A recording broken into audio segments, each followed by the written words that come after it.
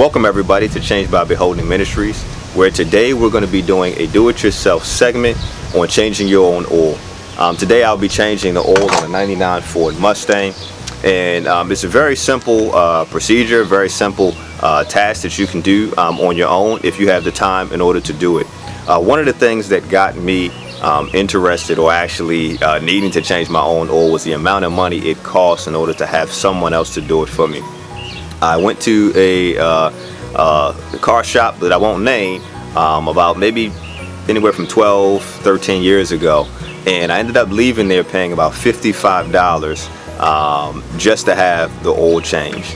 I then realized that it was more beneficial for me just to buy all the materials and then to do it myself. And so for the last decade plus, I've been changing my own oil and trying to service my car as much as possible. Outside of saving money by doing the oil changes myself, I found that it was beneficial to put the money that I had saved back into the vehicles as an investment.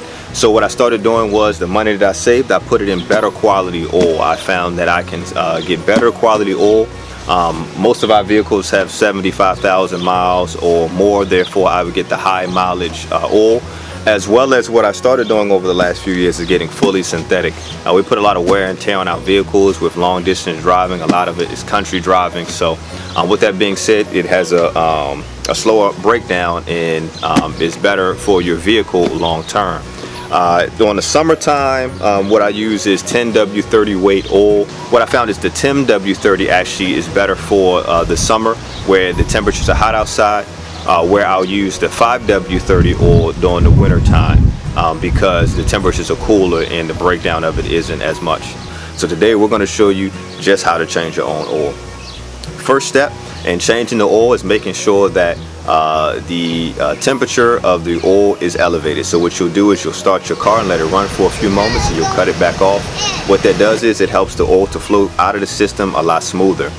Next, what you want to do is you want to elevate your car.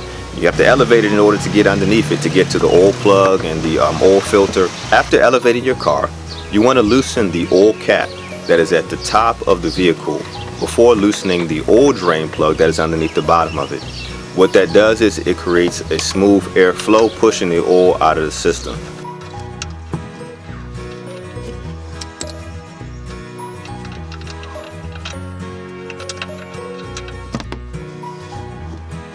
After all of the oil has drained out of the car, you want to replace your oil drain plug.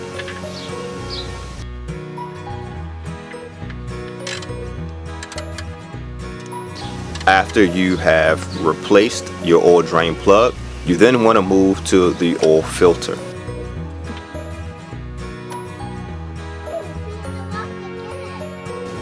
After you have removed the old oil filter, you then want to clean the area prior to putting on your new oil filter. When placing on your new oil filter, you want to take some oil and pour it inside just so that you can prime it prior to placing it on, as well as taking some of that new oil and lining it around the rubber seal in order so that it fits flush against the seal of the car. After you have replaced the oil drain plug and you have placed on your new oil filter, you then want to begin by placing oil back into the car. It is my recommendation that you place a little bit of oil in the car, maybe about a quart or so, and then check underneath the car to make sure that there is no leaks that is coming out from the oil drain plug or the new oil filter that you have installed. After you have checked to make sure that there's no oil leaking from the oil drain plug and also from the new oil filter that you've placed on, then you can continue filling the oil back into the car to the specified amount that your car details. After you've replaced the oil back into the car, you want to take your oil dipstick just to check to make sure that you have placed in the correct amount into the vehicle.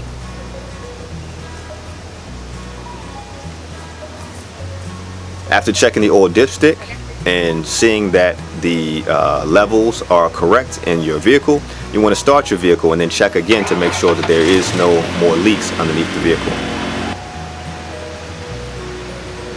After you've confirmed that there's no more leaks underneath the vehicle, you can go ahead and take the vehicle off of the jack stand or off of the ramps that you have, and your oil change is complete.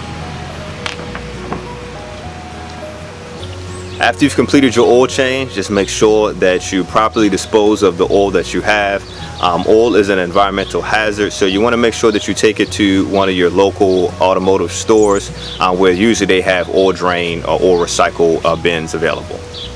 Thank you for tuning in to the Do It Yourself segment with Changed by Beholding Ministries. May God continue and richly bless you.